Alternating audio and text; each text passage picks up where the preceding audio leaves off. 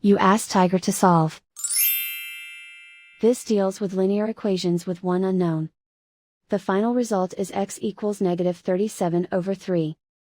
Let's solve it step by step. Group all constants on the right side of the equation. Add 25 to both sides. Simplify the arithmetic.